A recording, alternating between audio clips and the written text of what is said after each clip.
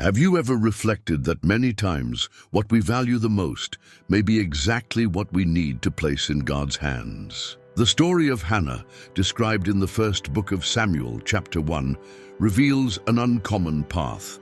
It was by letting go of her greatest desire that she reached her deepest fulfillment. Sounds contradictory, doesn't it? Yet it is in this contrast between human will and divine authority that a faith capable of impacting generations is born.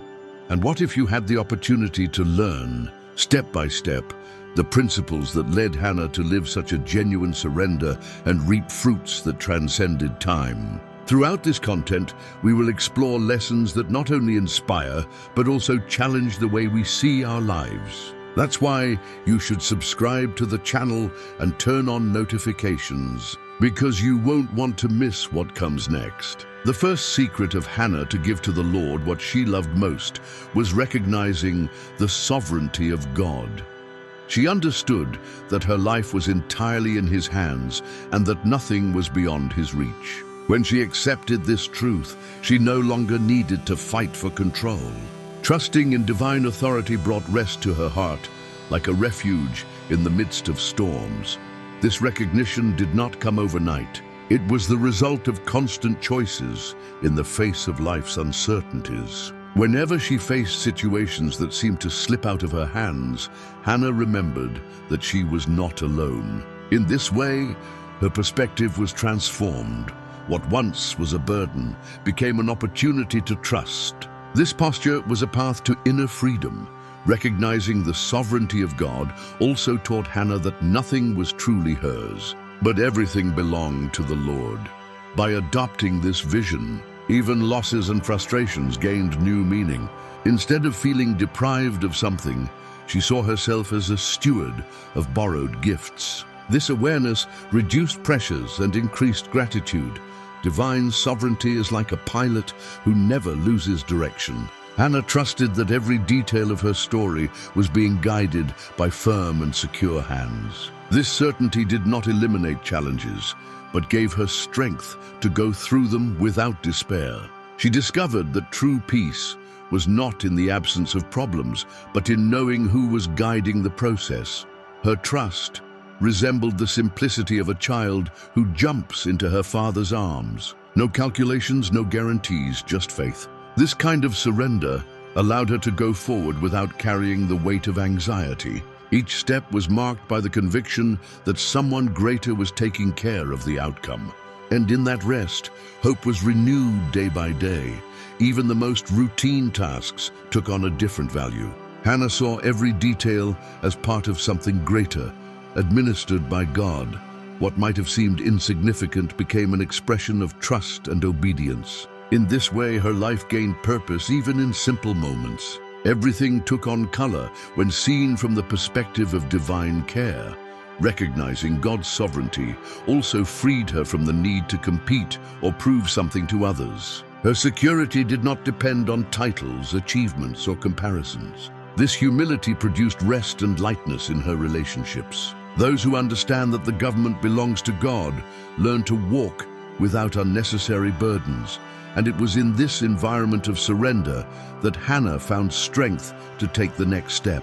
But by recognizing that God was sovereign, her heart opened to transform pain into something much greater. The second secret of Hannah to give to the Lord what she loved most was transforming her pain into prayer. Instead of hiding her wounds in silence, she brought them before the altar. Her tears were not wasted. They became the very language of her soul before God. What could have turned into bitterness became a bridge that connected her to divine comfort. This choice shaped her story. While many allow sorrow to harden their hearts, Hannah decided to let it draw her closer to the one who could truly heal. Every cry turned into conversation with God, every sigh into a plea. It was through this discipline that her faith deepened. Her pain was no longer an enemy, but an instrument of growth. Turning pain into prayer also protected Hannah from sinking into hopelessness. Instead of rehearsing complaints or feeding resentment, she redirected her focus. Her anguish was real, but her trust was greater. When the night seemed darker, her lips whispered petitions. This posture not only sustained her, but also inspired those who watched her perseverance. The truth is, Hannah discovered that prayer is not just about asking for answers, but about opening space for God to mold the heart. In the midst of tears, she learned to listen. Her pain did not disappear instantly, but the burden was shared. That dialogue with heaven turned her solitude into companionship, her silence into melody. Practical gestures can reflect this same attitude today. When someone faces frustration or loss, instead of drowning in distractions, they can pause and pray honestly. It could be writing a heartfelt letter to God, or turning moments of crying into moments of surrender. Just as Hannah did, each expression of weakness can become a testimony of trust. Her example shows that it is possible to redirect emotional energy. What consumes in anguish can become fuel for spiritual intimacy. Hannah did not allow pain to define her. She transformed it into prayer that redefined her identity. That transformation is what allowed her to walk with renewed hope. Even when answers were not immediate, her heart found rest in the very act of praying. The altar became her safe place, her retreat in the storms. In that space, God reshaped her tears into strength, her waiting into perseverance. Each prayer, though born from pain, produced life, and it was in this constant dialogue with heaven that another secret began to emerge. Because in the middle of prayer, Hannah discovered the courage to make a vow that would change everything. The third secret of Hannah to give to the Lord what she loved most was making a vow from the heart. She not only asked, but she committed herself before God in a sincere and profound way. This kind of vow was not a negotiation, but an act of surrender. Hannah understood that if she received what she so deeply desired, she would not keep it for herself, but would give it back to the Lord as proof of love. This gesture reveals something powerful. True faith does not only seek to receive, but also to give back. Hannah desired a son, but even more, she longed to honor the God who could grant him. Her vow was the expression of a heart willing to love the giver more than the gift. And it is precisely in this reversal of priorities that the greatness of faith is revealed. Making a vow from the heart does not mean merely speaking beautiful words in prayer. It is a decision born in the depths of the soul that endures over time. Hannah did not treat her promise as something temporary, but as part of her life before God. That firmness gave her strength to remain faithful, even when the waiting was long. How many times do people ask for blessings, but forget to consider what they will do when they receive them? Hannah teaches us that the better question is not, "What will I gain?" but "What will I give back?" This exercise shifts the focus from selfishness to gratitude. In this way, what we receive does not imprison us, but frees us to love even more. In practice, this kind of vow can take many forms today. Someone who prays for a talent may decide to use it to serve rather than only for personal benefit. Someone who asks for a job opportunity may choose to dedicate part of their resources to bless other lives. These are commitments that begin in the heart and are transformed into concrete fruits. The secret lies in sincerity. Hannah did not make her vow to impress others, but to show God that her heart was ready to surrender. This authenticity is what makes the promise powerful. When the surrender is genuine, the blessing received multiplies into purposes that go beyond our own story. This vow also shaped her character. Hannah was trained in silence to value God's presence more than immediate results. This discipline prepared her for the fulfillment of the promise. A heart that learns to give before receiving is able to handle the blessing without being consumed by it.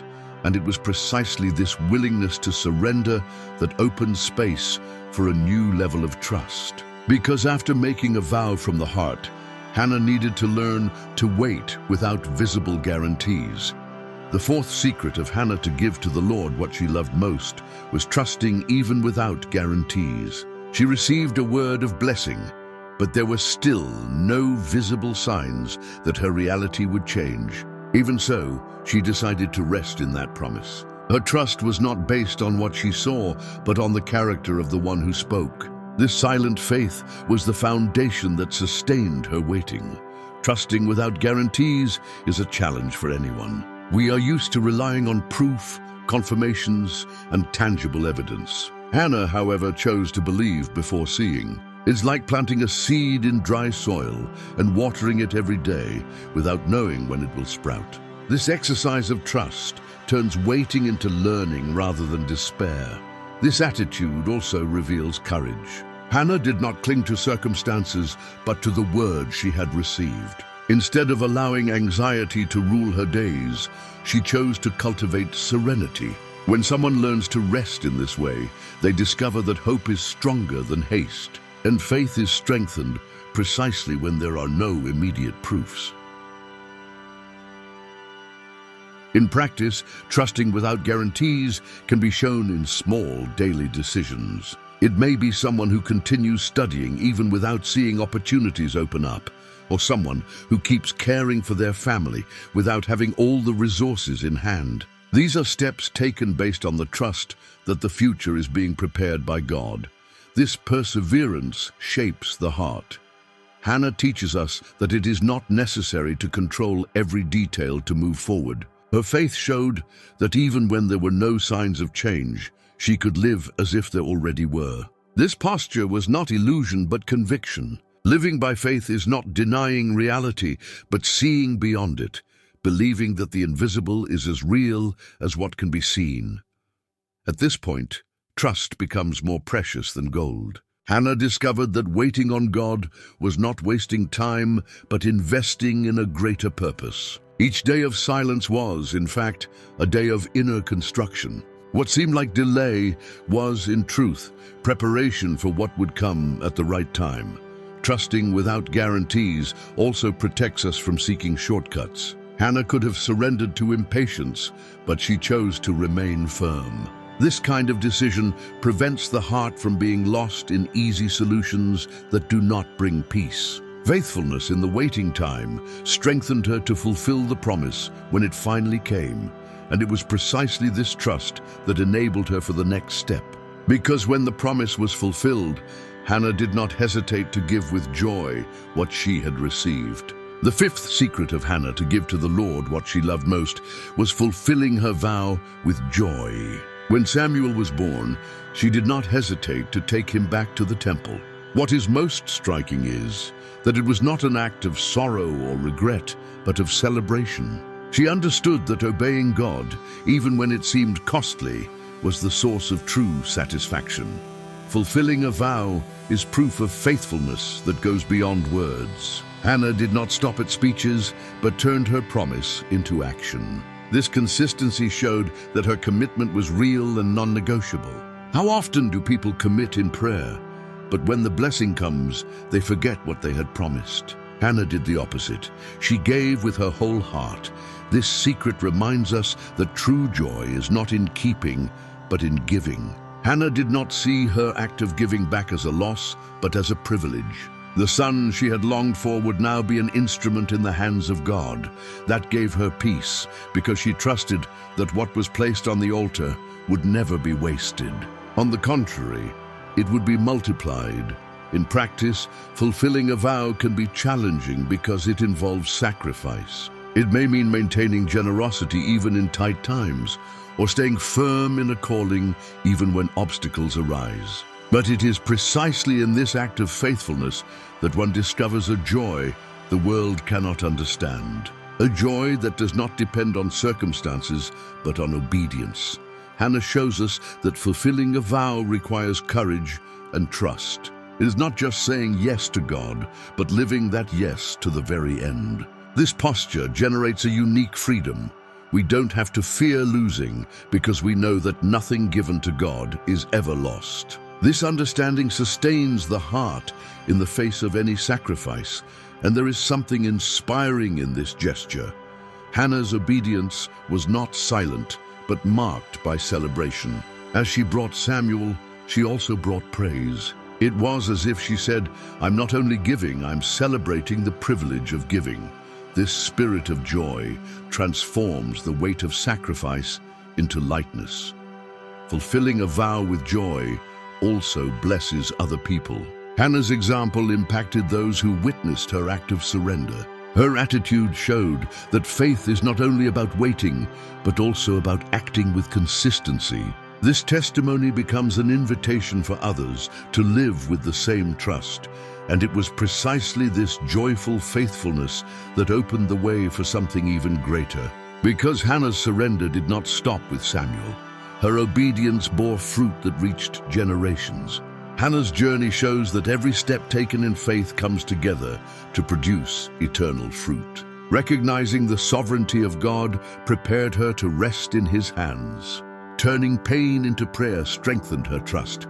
Making a vow from the heart revealed her sincere surrender. Trusting without guarantees shaped her hope, and fulfilling her vow with joy demonstrated the depth of her faithfulness. None of these steps stood alone. Each of Hannah's actions was like a piece that, when placed beside the others, formed a greater work. She may not have been fully aware of it at the beginning, but her journey made it clear that every act of surrender done in love produces results that go beyond time. It was the sum of her faith, perseverance, and obedience that prepared Samuel to become one of Israel's greatest leaders. Hannah's life teaches us that the choices we make today can bless entire generations. When we recognize God's sovereignty, turn our pain into prayer, make sincere vows, and fulfill them with joy, we build a story that becomes a living testimony. A legacy is not born from a single act, but from a consistent walk of faith. The beauty is that each decision fed the next. Renunciation became preparation, prayer turned into strength, and trust without guarantees produced hope.